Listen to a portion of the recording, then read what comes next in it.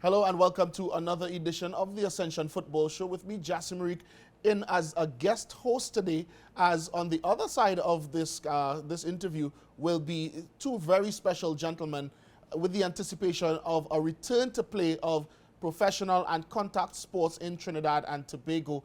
We will be speaking to the tournament director of the Ascension Invitational Tournament of TNT, Mr. Kieran Edwards, and of course the underwriter, so to speak, the chief and title sponsor of this tournament, Mr. Richard Ferguson. We'll be right back and getting into that discussion. It's a return to play of football and a return of the Ascension Football Show. Teams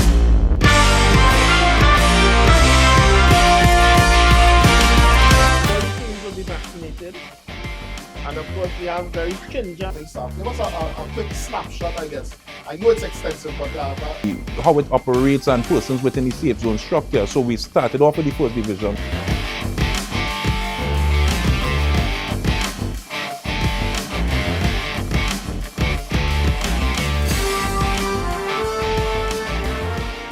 All right, so we are here in today's edition of the Ascension Football Show, and as promised, a really exciting one as the news came several weeks ago of a return to play or lifting of restrictions, COVID-19 public health restrictions by the government of Trinidad and Tobago that will allow sports, professional sports, contact sports, and even recreational sports to return.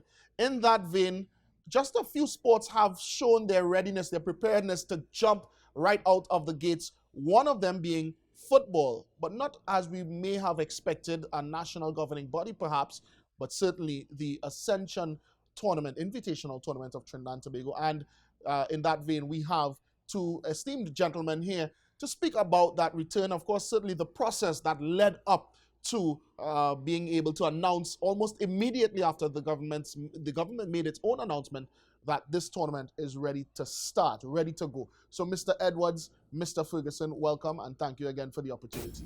Pleasure to be on set with you, Jessica. Now, I'll start with the gentleman furthest to my left, Mr. Ferguson. As one who has clamored for a return to sport, even when the restrictions were still in place, for safe zones, for vaccinations to happen within the clubs, and of course, the officials, etc. You've clamored for so long.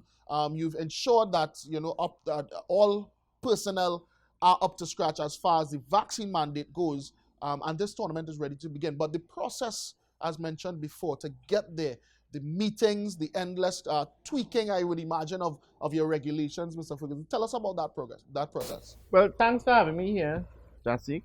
And first of all, let me say that let me congratulate the Minister of Sport, who has done a really great job in getting the sports going. And we have to commend her for doing a fantastic job. She has always driven to have the sports restarted, and she has done an excellent job. But we have been clamoring for it to start, and I think it has reached that point where the Prime Minister, in his wisdom, has given the okay for it to start. But we have been prepared. We have been prepared for a long time, for years actually. And I think the Trinidad and Tobago public is also ready and geared, to accept the tournament. But because of the restrictions, we will only have 10 teams in the first division, whereas originally the plan was to have a first division, a second division, and even have the zones play. But in order to control the pandemic, we are just going with the 10 teams. All the teams will be vaccinated. And of course, we have very stringent COVID-19 protocols in place to ensure that, the pandemic and the virus is controlled. One of the key things in this tournament, Jasik, is that we will be pushing the tournament in the media extensively. So again, it is going to be shown live on Sportsmax, the Friday games, the Saturday and the Sunday games will be streamed live, and we're hoping to get it on a local television, hopefully CNC3. Hopefully. And, the public will be able to view it and be able to enjoy the football. And again, the key is that it's fairly long. It's 18 games, 18 weeks of football, 90 games in all. So you'll be able to see the public will be able to see it and engage it. And I think football is really a story, is entertainment. And what we're doing is we really telling a story. It's a drama. And I think the key in it is the build up. And this show is very important in the build up. Not only will we do the interviews with all the teams and do profiles on all the players, but during the tournament as well, we're going to have a weekly roundup of the games and discuss the plays and the scores and so on. And I think one of the innovative things that Mr. Edwards is driving is he is driving the VAR. So we're trying to get the referees to incorporate the VAR into the games, which again is the first in Trinidad, has never been done, but it will certainly help with the decision making on the field. If there are any issues, a referee can then revert to the video and then make a final decision. So it's something we're working on, and we're hoping to get it implemented. To get the referees to buy in, because since all the games will be videoed, we should be able to utilize that to help in the enjoyment of the game. That's a really interesting point. Now, we'll get to Mr. Edwards in a short bit to tell us a little bit more of how the tournament itself will take shape. But Mr. Ferguson, tell us what the protocols look like, because I would imagine, as we've seen global sports restart since about 2020, towards the end of 2020, we saw the Premiership, the German Bundesliga, etc., the CPL, the IPL, and all of these major tournaments. And I think the appreciation for the intricacies of what the COVID protocols will look like, both for the public coming to view these games, as well as the players and all of the supporting staff. Give us a quick snapshot, I guess. I know it's extensive, but summarize as best as you could. Yeah, again, the protocols are extensive, because when we initially sent in the proposal to the Ministry of Sport and the Ministry of Health, they would have come back to us to increase this and improve this and so on. But some of the protocols is all the members of the public must be vaccinated. They have to fill out the address, the telephone information for contact tracing. All the artists at the games have to be vaccinated. It's a safe zone. The players, the referees, everyone. In addition to that, the teams are training. We're going to be sending COVID regulators to each one of the teams while they're training to take temperatures, record them, and I think we have to submit them to the Ministry of Health as well. So it's a lot of COVID regulations. Mm-hmm. But again, we have to undertake it in order to play. And that's just from a tournament side, from the Ascension side. Have any of these teams, I don't want to say been mandated, but have there been recommendations for them to also perhaps maybe do testing? I know now we have a commercial test available in pharmacies, etc. Is that any among the recommendations, perhaps? Well, certainly that is a good idea. But I think that is going to be in terms of the teams, the various teams. They need to know if a player or a coach or an official is not well, and they need to send them to get tested, and then so they need to quarantine. And just again, I know Mr. Edwards is jumping at the bit to get in from a tournament format standpoint. But let me just ask you, from a personal standpoint, you're sponsoring this tournament. You've done so in the past with the previous edition.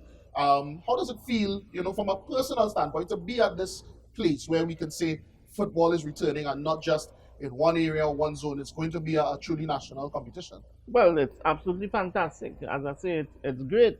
You can see the public is really, really interested. Since the Minister of Sport had announced it, we have been a lot of phone calls. We got a lot of phone calls, a lot of messages inquiring, when is it going to start? When are we going to play? So it's been really fantastic for everyone. And so this is the opportunity where I'll make a substitution, so to speak, and bring in Mr. Edwards. This tournament, a long time in coming, and I know you would have been really involved from both sides of things, both seeking the permissions and approvals, as well as putting the tournament together, inviting the teams, making sure that they fit the bill, so to speak. Tell us about the tournament and I guess the format it will take, Mr. Ferguson would have mentioned just 10 teams, but I'm sure the response and the interest was greater than just those 10. Of course, the interest was greater than just the 10 teams. We had over 90 teams vying for positions within the tournament. We have had the structure of the tournament before as first division, second division, and a third division comprising of the zones, which would have taken up about 80 teams. But with the COVID coming, that would have been done in 2020 before the pandemic. With the pandemic coming, we had to curtail the tournament a bit in terms of having the COVID protocols, seeing how it unfolds, seeing how it operates and persons within the safe zone structure. So we started off with the first division, which would comprise of 10 teams, but it was tough in terms of getting the teams. Teams would have signed on for 2020. We'd have changed the protocols somewhat in 2021, hoping to get the tournament started. We were basically a week away from having the tournament started in 2021. And then we had the restrictions placed in terms of contact sport. Right. So the teams that would have signed on to that, we kept the teams for 2021 back into 2022 for this edition of the tournament for the first division, with one exception, which would be Malabar FC for Moruga. And basically that would comprise the 10 teams, the same 10 teams from 2021. It would have been a long process to get to this point, as everyone knows. We'd have seen persons may have made matches within in front of the minister's office, asking for football to be played in a safe zone. I think the minister really adhere to persons and really understand and was compassionate in terms of really getting football started. And now, as we had the return to play protocols being adjusted, the regulations being adjusted, we had the opportunity to resume with a safe zone type of football, and which we did.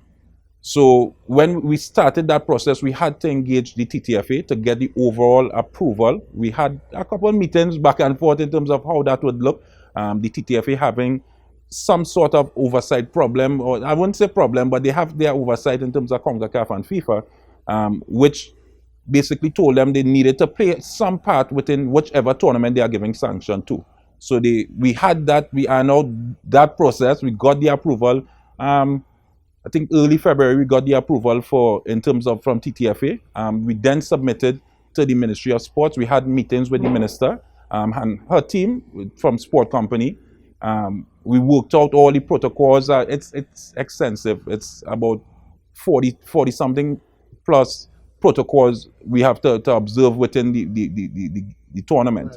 Right. So we did that, and then we submitted to the Ministry of Health late February, and within about a week we got the approval to play.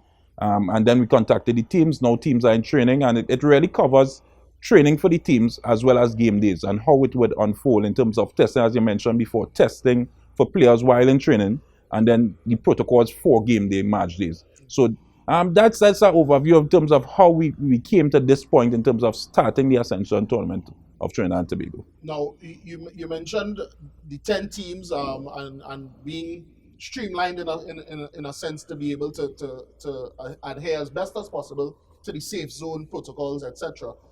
Tell us about the process of getting these teams vaccinated in the first place, as well as all of the supporting personnel, the referees, the assistants, etc. When we saw in 2021, it was supposed to be vaccinated, unvaccinated persons, because we had started the vaccination process when we wanted to start the league the first time.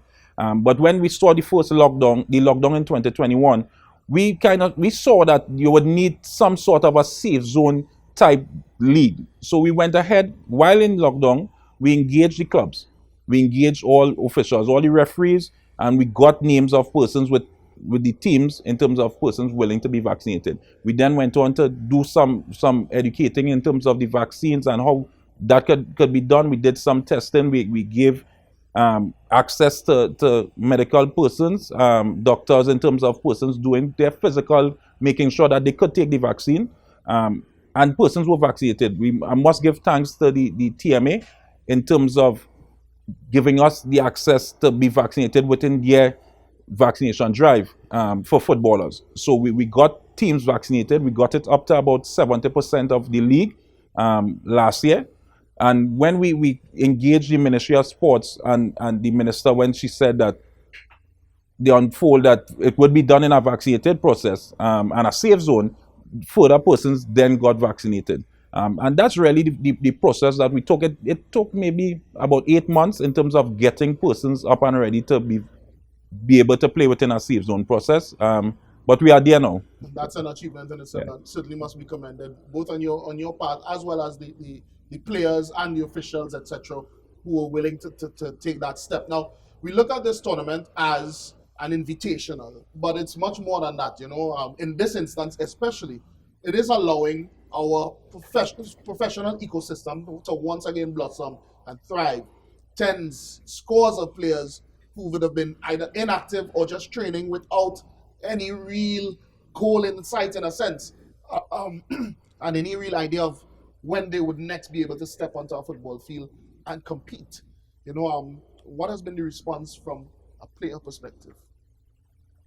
I think the players are excited, not just from the professional level, but even on a semi-professional level, because they are a mix of clubs. We have professional clubs within the tournament. We have about 6 or 7 professional clubs in the tournament.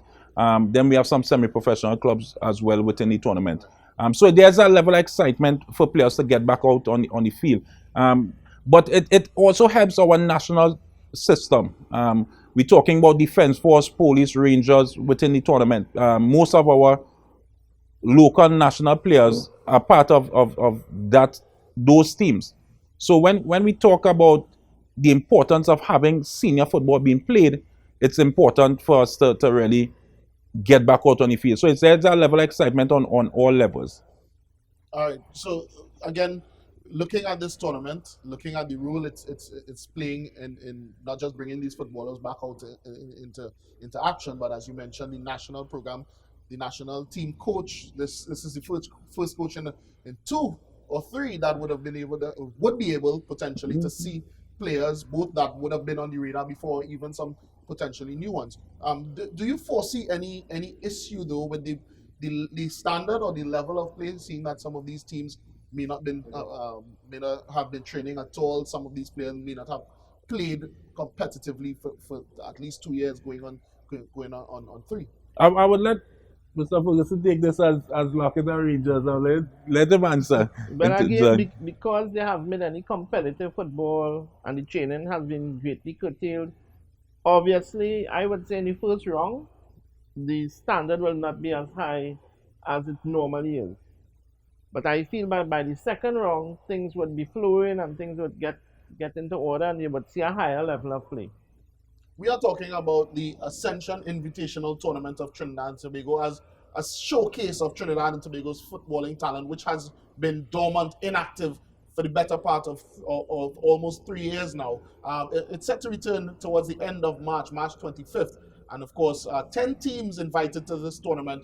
All games will be either shown live on television or streamed on the internet. It's your opportunity, Trinidad and Tobago, to also see what has been missing from a footballing standpoint as these players get back into the groove of things. And hopefully the tournament will live up to all of the promise and potential and hype that these two gentlemen are offering. We'll take a short break now and we'll get a little bit deeper into some of the issues facing this league over the period of time. And of course, a really special announcement, VAR potentially to be trialed, can I say trialed or piloted in this tournament. We'll be right back.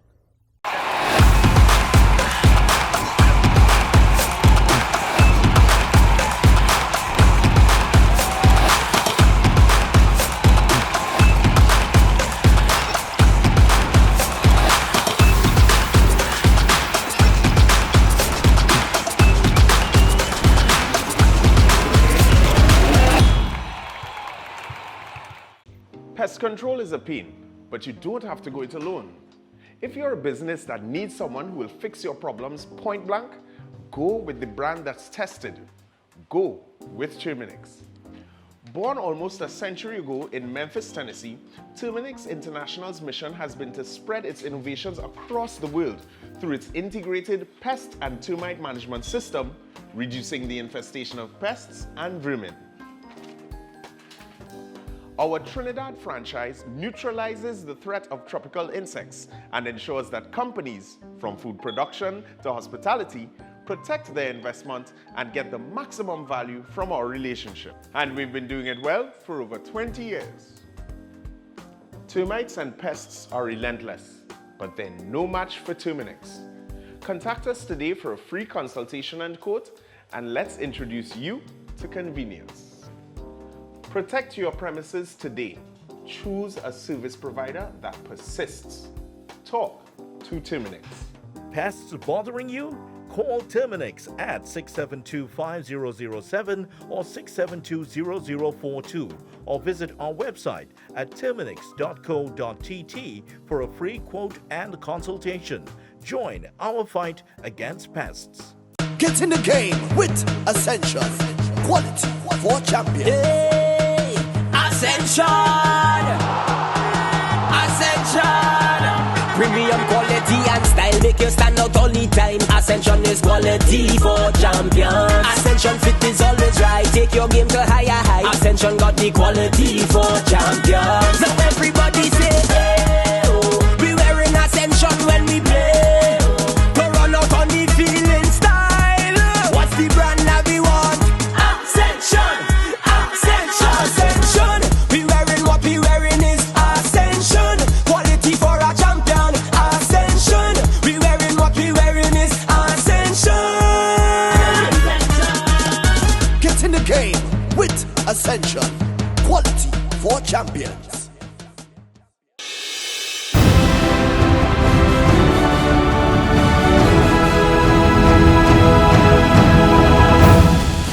I'm Gordon Pierre, Director Part Owner of Real West Sports United. Terry Frenette, he was afraid to play like the Rangers. Angus Eve was afraid to play like the Rangers. But we, the Ron Lafayette trained team, we are ready, willing and able to defend the West against the Lafayette Rangers attack. Westport has answered the call and Westport is ready.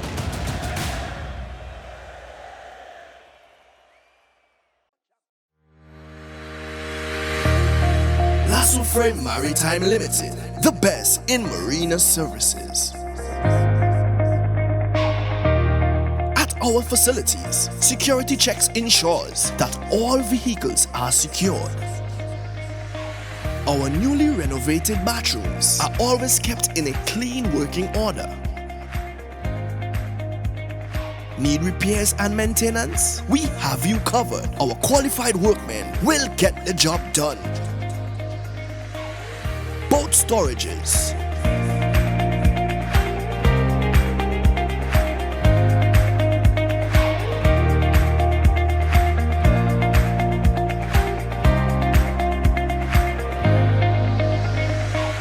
from our marina, you can easily push off for a family sailing trip.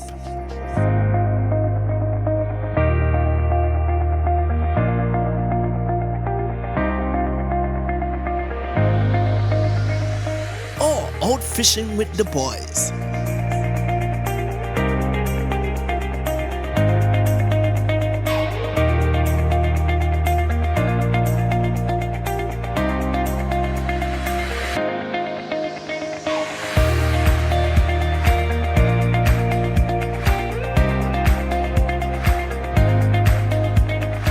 Or a fun DDI experience with friends.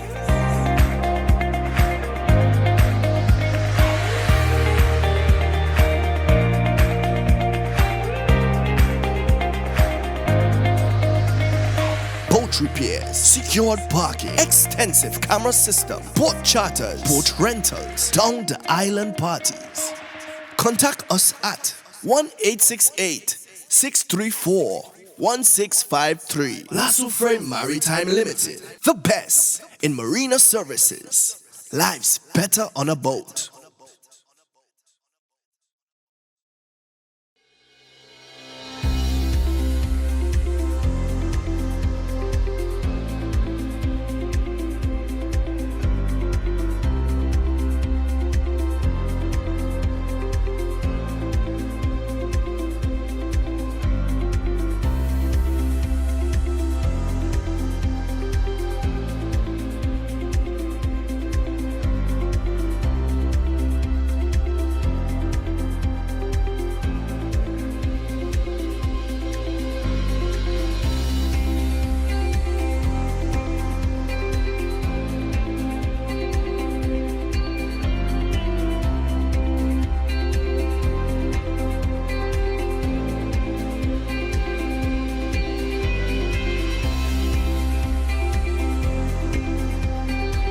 Amante Del Cafe is located at Magnificent Mall, number 271 Southern Main Road, McBean, Couva. Amante Del Cafe. Happiness begins with brew.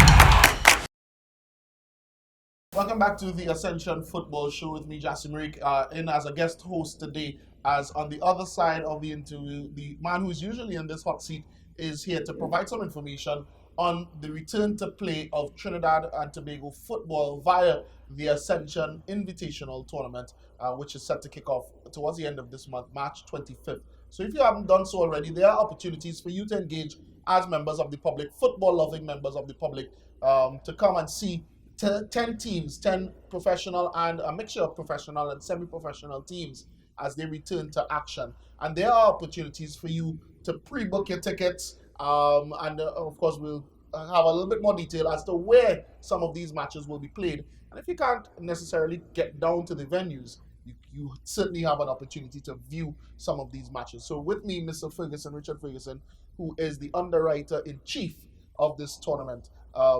Tell us a little bit about the vision and the realization of having these matches brought to the homes of perhaps, I guess, those might still be skeptical of coming to a physical venue. Yes, well, there's a long-term plan in place. There's a strategic plan in place, and the plan is that we see football as entertainment.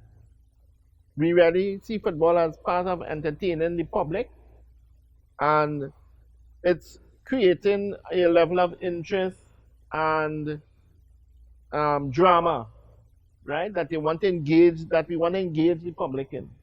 So we're hoping that 5 years down the road, there would be this interest, this continual interest and drama behind the teams, and people supporting their own teams, and that drive to watch the game. So that's where we want to take it over the next 5 years. And the foundation of that drive is really and truly television. And you want to make the games accessible to everyone. So whereas, the games might be in La Horquita, everybody may not feel comfortable coming to La Horquita, even though we have a high police presence and the games are very safe, but they may not feel comfortable. So they can still go on Sportsmax and watch the game. They could look on CNC3 and watch the game. They could go on the internet and watch the game. And in addition to that, on our website, we also have all the games recorded, and they could go and see a game 2 weeks ago or 3 weeks ago and watch it again. So the drive is to create this atmosphere and this fever behind the tournament that we hope is gonna continue over the next 3 or 4 years and make the brand very, very admirable. And that's the plan. And we understand the pandemic.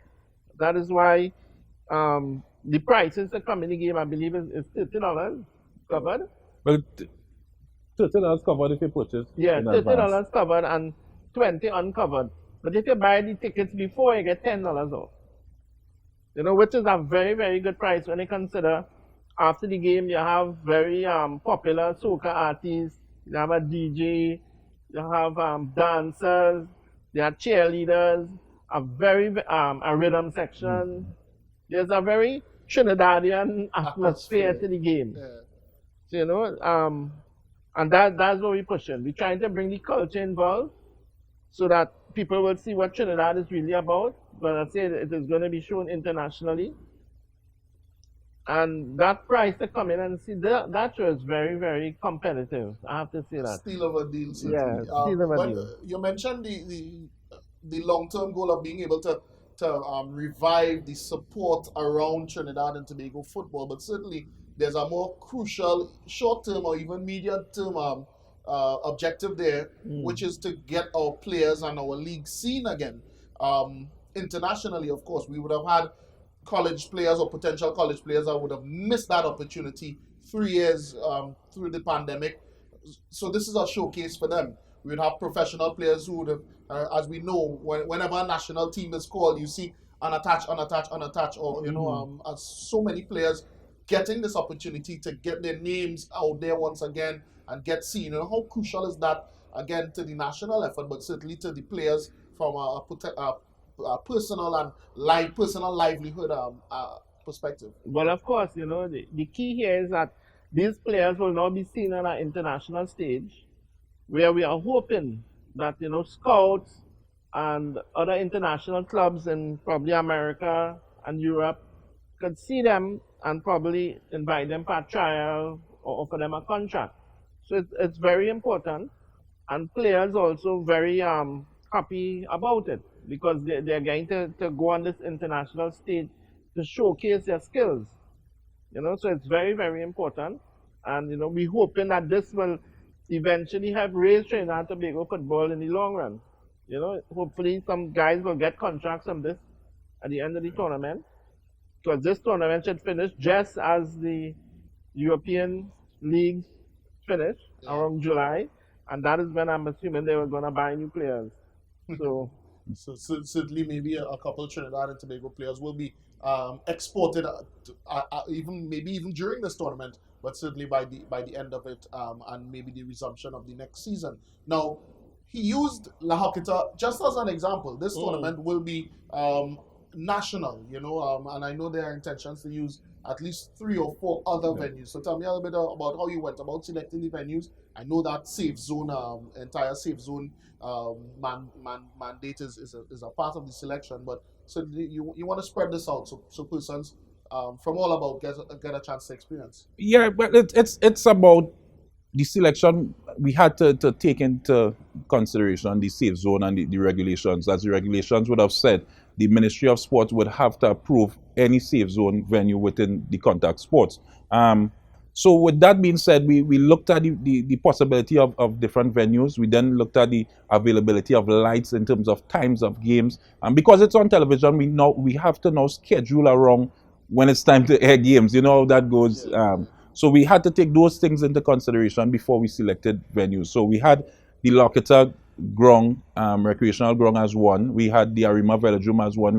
We earmarked. We had the Diego Martin sporting facility as well. We had the Hazy Crawford Stadium at Tubolan. And we are looking at now the Moruga venue, the new complex, I think it's almost completed, or it should be completed in a couple of days or weeks. We also looked at the police barracks, but we had some challenges with the barracks ground because of the television. So we're looking at those venues. We have kind of confirmed a few in terms of the venues, and we should have those things tied down by next week. All confirmations in terms of the venues and having it tying to fixtures and that kind of stuff in time because all fixtures will be released officially on the 18th of March. So we'd have that confirmed by the 18th. We know all televised Sportsmark games would be held at the Locketa ground because it's TV ready. We have all the fiber optics, everything there. And then we move on to see what venues would be ideal. But that's the process in terms of the selection of the venues. So for those of you that have already sent up your antennas, you can look out for further information on this in the mainstream media, but they can also visit the website and the social media pages where the information will be available. Yes, of course. We update the website daily in terms of all information. We also go out and send out press releases. So the mainstream media would have, when we send out the official press release in terms of the venues and that kind of stuff. But it's important in terms of the television to engage persons.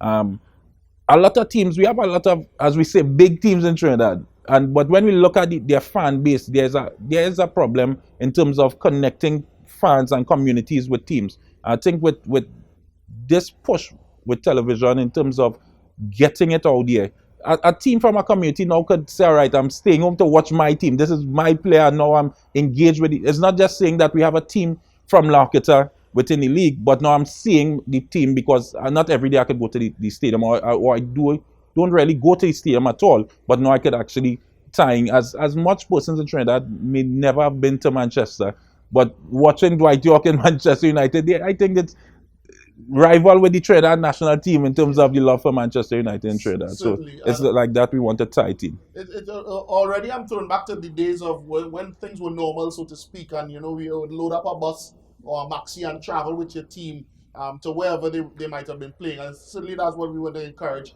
but in that safe environment. So vaccinate yourselves if you haven't done so already. And if you have done so, look out for the information in the mainstream media and visit the Ascension website so that you can get that information as to when the games will be played. Pre-book your tickets so that when you come in, you don't have to spend a long time in a line filling out a form about your whereabouts and where you're from and etc. Go out there and seek the information, because these players are certainly depending on you to come into the stands as well, not just to view them on television or streamed on the internet. Come into the stands and cheer, make the noise. And there's nothing like being close to the sideline and maybe berating a player or encouraging as the case might be. Guys, from a footballing perspective, and I don't want to gloss over that. From a footballing perspective, the love of the game, fan perspective, the players who toil day in, day out, twice a day, sometimes 3 times a day in terms of sessions, to ensure that they could properly execute and entertain. How important is it for us to not just get this tournament up and running, but to get it right so that other tournaments, Super Leagues, the Pro Leagues, the SSFLs, etc., can have something to build off of in terms of momentum, as we really want to see a return, a total return to football, Mr. Ferguson? Well, it's extremely important. And, Do you feel under pressure to run this tournament and get it off the ground and execute it in the manner that is intended? Well, I don't feel it be under pressure. I think it is in capable hands with Mr. Edwards. In fact, we describe him as the tip of the spear. All right. So I don't think we feel be under pressure, but we're definitely going to be striving to get it right. And the Ascension tournament has traditionally always opened the footballing year. It has always laid the foundation for other leagues. So what most likely will happen is at the end of this tournament, the Unified League might come in. The Pro League might also start to play. The Super League later in the year. So that's the hope. And again, we're hoping that this is the opener for the season. Mm-hmm. We're talking entertainment, the entertainment value of the Ascension Invitational Tournament. In the grand scheme of football being not just a sport, not just a professional sport, but certainly a source of entertainment for those who are interested in the game, or those who might just have a brother or a neighbor or cousin or a friend of a friend involved in some way, either as a player, coach, an official. Come on out, support these games. And of course, as they are promising, we have periphery entertainment as well. The rhythm sections, the soca artists, etc. Come out and really view these games. The Ascension Football Show is about football in all aspects. And of course, while we are talking about the good, we must also speak about the bad. So we're going to take a short break and get back into some really scathing comments from the Minister of Sport upon the announcement that sports can return in this capacity. Berating some organizations for not being ready. Not so the Ascension Invitational Tournament, because as you would have heard, they have clamored for this almost from the onset of the pandemic to be able to play in some sort of environment, whether that be a safe zone as it now happens to be, or with less restrictions. But her comments were really and truly made a lot of administrators and those generally involved in sport really have to pull up their socks. So we'll get into that and find out what are the thoughts of these gentlemen as it pertains to the readiness of football in general to resume.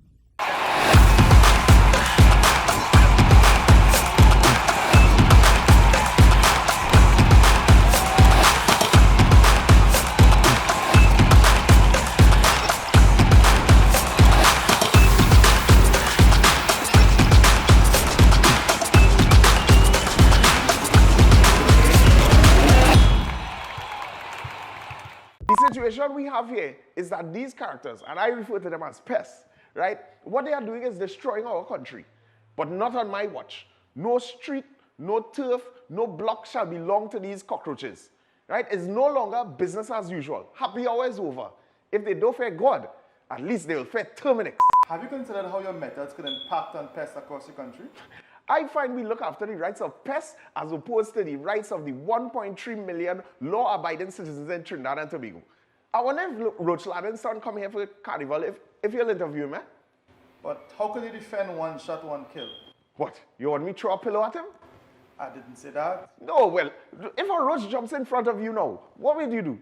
Run. Oh, Jesus, Lord Father. Pests bothering you? Call Terminix at 672-5007 or 672-0042 or visit our website at terminix.co.tt for a free quote and consultation. Join our fight against pests. Get in the game with Ascension. Quality for champions. Ascension! Ascension! Premium quality and style make you stand out all the time. Ascension is quality for champion. Ascension fit is always right. Take your game to higher heights. Ascension got the quality for champion. So everybody say, hey, oh. We wearing Ascension when we play. To run out on the field in style. What's the brand that we want? Ascension! Ascension! Ascension! We wearing what we wearing is Ascension. Quality for a champion. Ascension! We wearing what we wearing is Ascension. Quality for a champion. Ascension! We wearing what we wearing is Ascension.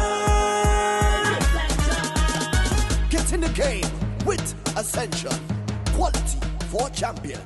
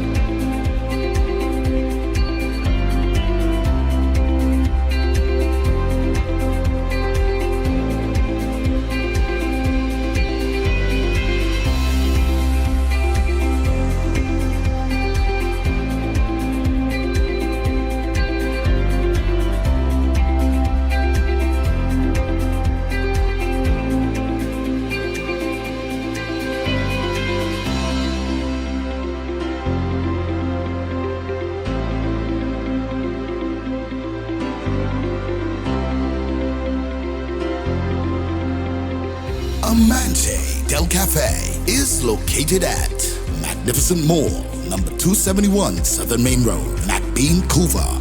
Amante Del Cafe. Happiness begins with brew.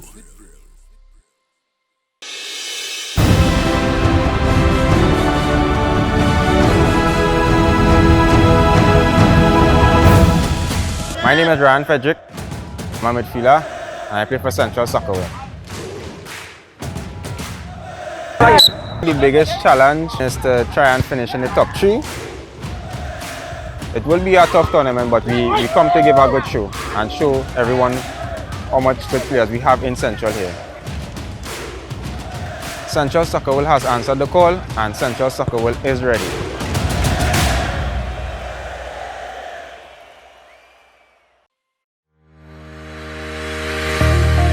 Lasso Frame Maritime Limited, the best in marina services. At our facilities, security checks ensures that all vehicles are secured. Our newly renovated bathrooms are always kept in a clean working order. Need repairs and maintenance? We have you covered. Our qualified workmen will get the job done. Boat storages,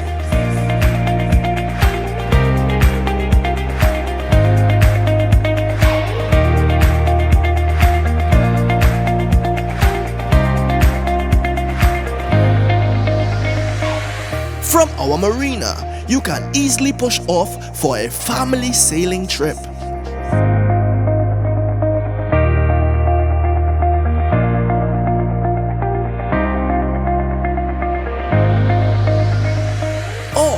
fishing with the boys.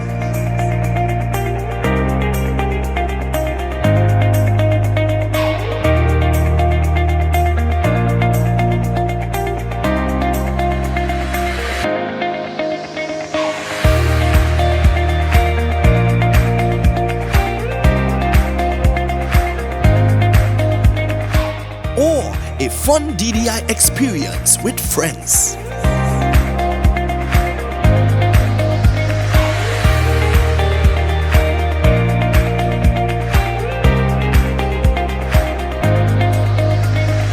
Boat repairs, secured parking, extensive camera system, boat charters, boat rentals, down the island parties.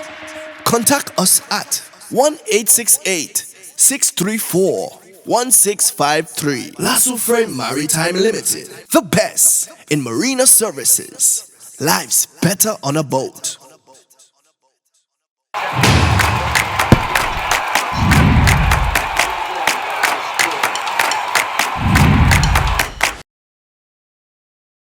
Welcome back to the Ascension Football Show, where we are speaking football matters in general, but certainly we are looking forward to the resumption of the Ascension Invitational Tournament of TNT, which is set to begin March 25th. Yeah, just a couple of days away. If you haven't done so already, go out, seek that information, book your tickets, because there are opportunities to pre-book for $10 off on either the grounds or the covered stand. So book your tickets, and certainly I hope to see you at some of those matches, wherever they might be across the nation in the next couple of months, because it's an 18-week tournament, 90 games in total. If you have been starved of football in the last 2.5 years, certainly this is your opportunity to fill your appetite. We are speaking about the resumption of sports. Now, this announcement would have been, highly anticipated, and it finally came just a couple weeks ago via the government of Trinidad and Tobago lifting restrictions to allow a resumption of contact and professional sports within a safe zone environment. It means to say not just the players are allowed, fans are also allowed, once fully vaccinated, to come out and experience local football. And the Ascension Football League has answered the call in a sense. And more than just a sense, in actuality, they have answered the call, and they have been calling, as a matter of fact, for some time now. But in the wake of that announcement, the Minister of Sport, Shamfa Kudjo, has come out berating with a scathing admonishment, so to speak, for some local sporting organizations who she claimed have called and jostled the government to lift these restrictions, and now do not seem ready, or do not seem to have a plan as to how they will get back into action. We have Mr. Ferguson, Richard Ferguson, who is the chief sponsor behind the Ascension Invitational and the tournament's director. From your perspective, from where you guys sit, was the minister correct in bringing that chastising of local sporting organizations, whether that be football, cricket, badminton, basketball? Was she indeed, from your perspective, justified? Well, Jassy, she was definitely justified. And I think she is involved very closely with the various individuals and organizations that she spoke about. But whilst she was absolutely correct, the issue is that the Pro League doesn't have any money. The Pro League is pretty much insolvent, as is the TTFA. And as such, it is difficult for them to play the kind of football they want to play. Remember, the Pro League has traditionally relied upon subventions from the government, right? I think 3, 4, 5, 6 million. And those subventions have since dried up. And as such, the clubs would be reluctant to get involved in any football without that sort of support. And I think that's the other side of it. I'm not justifying it. I'm explaining it. We at Rangers, whilst we are in the Pro League, we would play. But I think the other clubs will be challenged, and that's the issue behind it. But the minister is absolutely correct. She is absolutely correct. I said we support her 110% because she has been doing a great job, and she has supported the sport and Trinidad and Tobago as a whole, definitely. from a team sport perspective, we've seen the Trinidad and Tobago Cricket Board out the gates. They have currently a T10 competition running, and they've also put on the table plans for other competitions, whether that be youth or all the way up to senior and elite sports. We've seen the Ascension Football League out the gates from an individual sport perspective, which were allowed for a long time now. We've seen the N3As, that's track and field. We've seen golf, swimming even, and soon cycling, also ready to put events on for public consumption. But from a team sport perspective, are you somewhat, surprised that not much has been happening, at least in a public forum, when it comes to or relates to plans to resume as swiftly as possible? I think the real issue is from the top. And I think hopefully with seeing that we brought on a technical director in terms of Anton Cornel, that might help the situation in the short term, in terms of what we do in terms of zones, Super League, Pro League. From the top with the TTFA, all other NGBs would have been engaging their stakeholders through the period in terms of your readiness to start. Being a zonal president myself, we'd have been looking for guidance from the top in terms of saying, all right, once we get a restart to play, how would these zones look? Because we know that's grassroots football. On the Super League side, we're knowing about the Unified League, but there's little discussion in terms of all the stakeholders. I want to be real, I want to be frank. We need more consultation in terms of how that Unified League would look. We recently saw the chairman or the acting chairman of the Pro League coming out and said that whole structure should be scrapped. I'm not sure if it should be scrapped. It's an idea. We need to explore it. We need to see what's the best way it could unfold. But we need to have discussions. We need to have regular meetings. From on the Ascension side, it wasn't that we got up and is anyone here is doing any magic. Mr. Ferguson is a magic man, a magician, to say return the football and Ascension started. It's months of preparing. If we get this amount of leeway, what would we do? If we get full access, what would we do? We need to take those measures now. We need to plan and stop reacting. I think football has been reacting for too long. And when I mean too long, I'm talking about the years of reacting in terms of someone has come to the helm and we're now trying to figure out what this person likes, and let me see if we could form a league to satisfy this. We need to set structures and be able to fall within saying, all right, this is where we want Trinidad in 10 years or by 2026 World Cup. We need to qualify for 2026 World Cup. Get the stakeholders involved, have a meeting, let us come up with a strategic plan in terms of where we're moving football a year from now, 2 years from now, 5 years from now. We need to start to think like that. And I'm hoping with the announcement that we have a technical director, we'll get more football decisions or those kind of programs coming out. We also need the support. And I want to be frank, as I said before, we saw the screening of the national men's team within the zonal structure.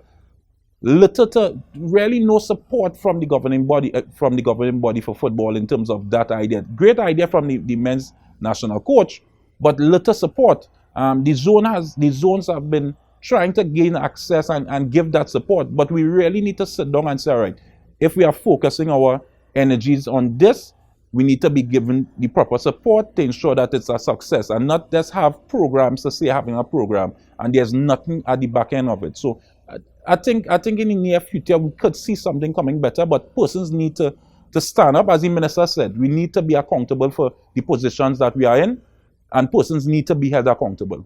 And it's fact. Now, it's long been said that Trinidad and Tobago football at the national level was regressing. I would imagine that the pandemic has doubled that effect. When we get back to play, we saw the teams, and thankfully we were able to go to our World Cup qualifying last year, which we were knocked out of. We went to Gold Cup qualifying, then on to the Gold Cup, which showed some promise. But when all is said and done, and while the rest of the region and the rest of the world have already restarted, we are now restarting. What effects do you anticipate will come? We saw recently, as you mentioned, Angus, he bemoaned the fact that out of over 400 players screened across the country, Trinidad and Tobago, for under 20 players, he was only able to field a team of about 14 that are tactically, physically ready to make a step up to regional competition. What effect do you guys see when all is said and done and we are able to resume maybe regional club football, CONCACAF club football, etc.? What effects do you guys see? Well, Jasik, you see, you need to understand 2 years in the life of a footballer is a very, very long time. You know, in 1 year, in one season, they learn so much. So if you take away 2 years from them, you're gonna have a very disastrous effect on their abilities. And I think that is what, you know, Mr. Eve is seeing right now. 2 years is a very, very long time, and you're seeing the effect on it. And there's really only really and truly one solution. We have to get back onto the field, and we have to train, and we have to practice, and we have to work hard, and we have to get going. You know, there's no other magic wand or nothing. The solution is we have to play.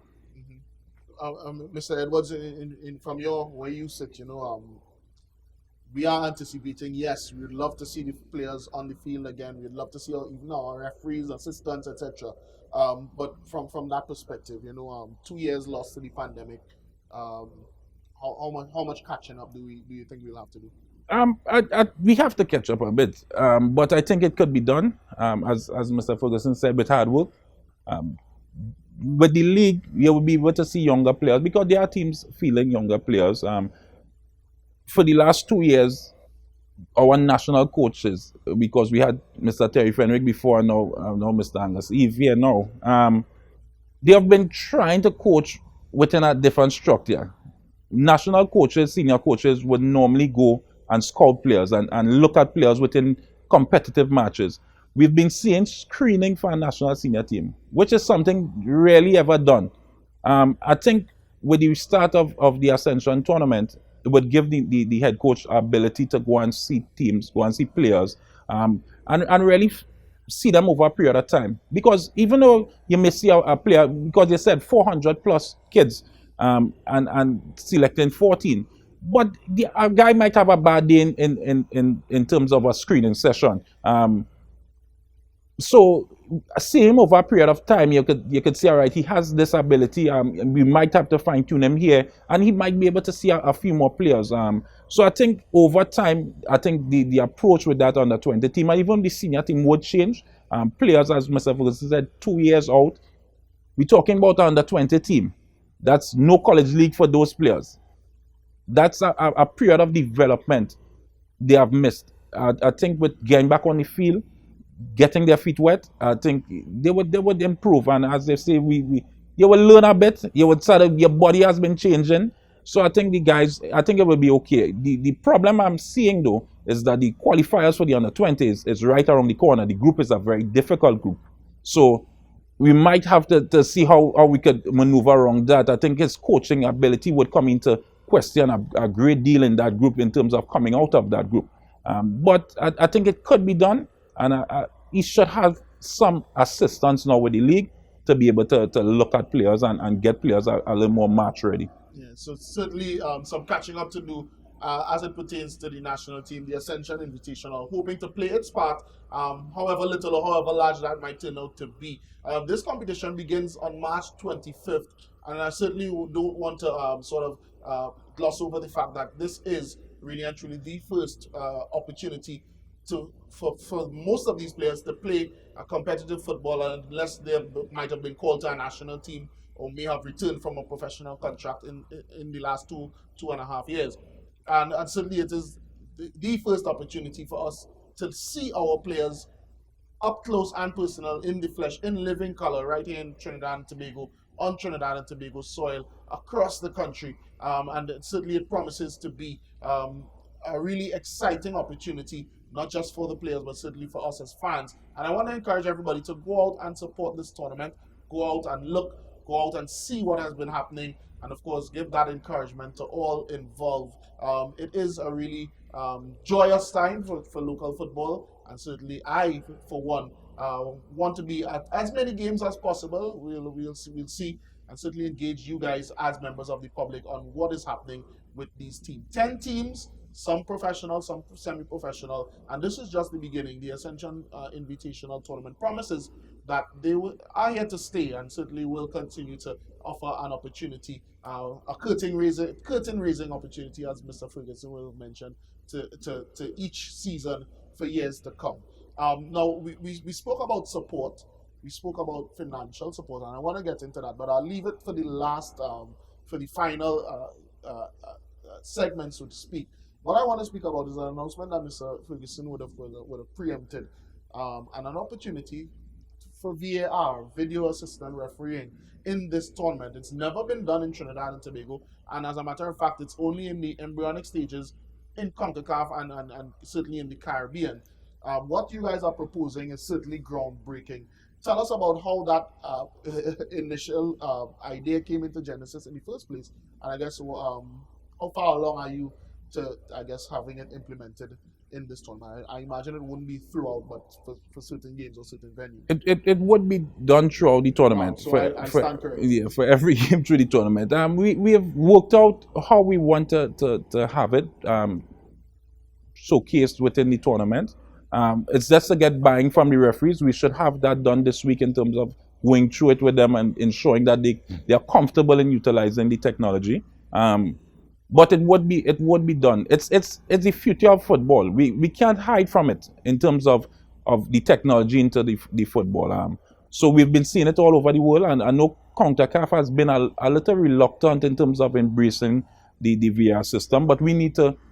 We see the importance of having it. I think it would be important for our referees to be able to utilize the technology as well, because when you're on a FIFA panel, it's that technology will be used. They'll judge you on your using of the technology. So it's a step as well to move our referees up. It's been a while before we had a referee in a major international tournament.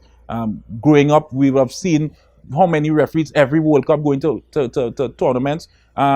So we need to get back that, not just the players, it's also opportunity for the referees as well to the time loss in terms of being off the field as well, to now move ahead our counterparts in CONCACAF, so to speak, in terms of refereeing as well. So holistic football development being promoted and certainly promised by the Ascension Invitation. Mr. Ferguson, an announcement like that, certainly not wanted to be taken lightly, and certainly not one to be, just swept under the carpet. Video assistant referee has been controversial, as much as the intention is to the good of the game. It has been controversial, and certainly wherever it is now being implemented for a first time or on a trial basis, so to speak. Do you foresee that controversy following the Ascension tournament? Well, the purpose behind it is really and truly to eradicate the glaring errors. That's the key. To get rid of the really, the shocking ones. I remember we played a game. We just played W Connection here, and we were awarded a penalty. But when the game was done and we reviewed the video, it was very clear the ball didn't hit the guy's hand; it hit him in his chest. And it's glaring errors like that, I think we want to eradicate. Now, we're still given the control of the game in the hands of the referees and the assistant referees and the fourth referee officials.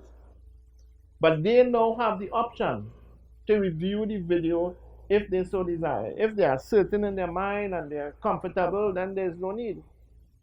But if they are not sure, they can then review the video just to confirm whether what they saw, and they can look at it from a different angle. It have different camera angles, and just to eradicate the really and truly glaring errors. I think what Mr. Edwards may need to consider is if he want to allow teams to have a review, they could then ask the referee, "Hey, you need to review this." That's certainly an interesting concept. Yeah, as they do in cricket yeah. and hockey, where the teams are allowed to request a review by the umpire or the referee. He may want to consider that. Mr. Edwards?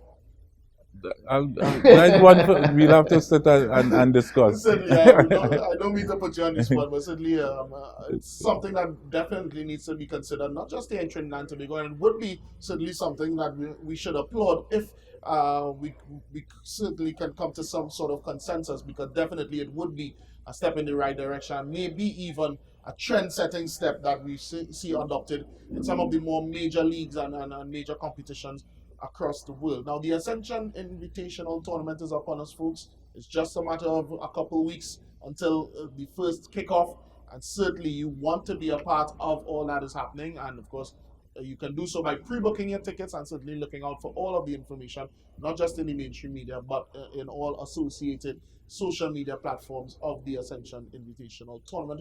So there you have it. The Ascension Invitational Tournament starts in just a matter of a couple of weeks. And if you haven't done so already, it is time to go out, pre-book your tickets to any one of the venues and any one of the matches. And certainly the fixtures will be out in just a couple more weeks. I believe March 18th, as mentioned earlier in the interview. And of course, keep plugged into all of the mainstream media as well as the associated social media platforms and website of the Ascension Football Show, as well as the Ascension Invitational, for all of the information as it pertains. Now, it certainly has been my pleasure to be the guest host for this discussion involving some of the key players in the Ascension Invitational. And of course, we look forward to seeing you in future. I am Jassim Marik, and this has been another edition of the Ascension Football Show.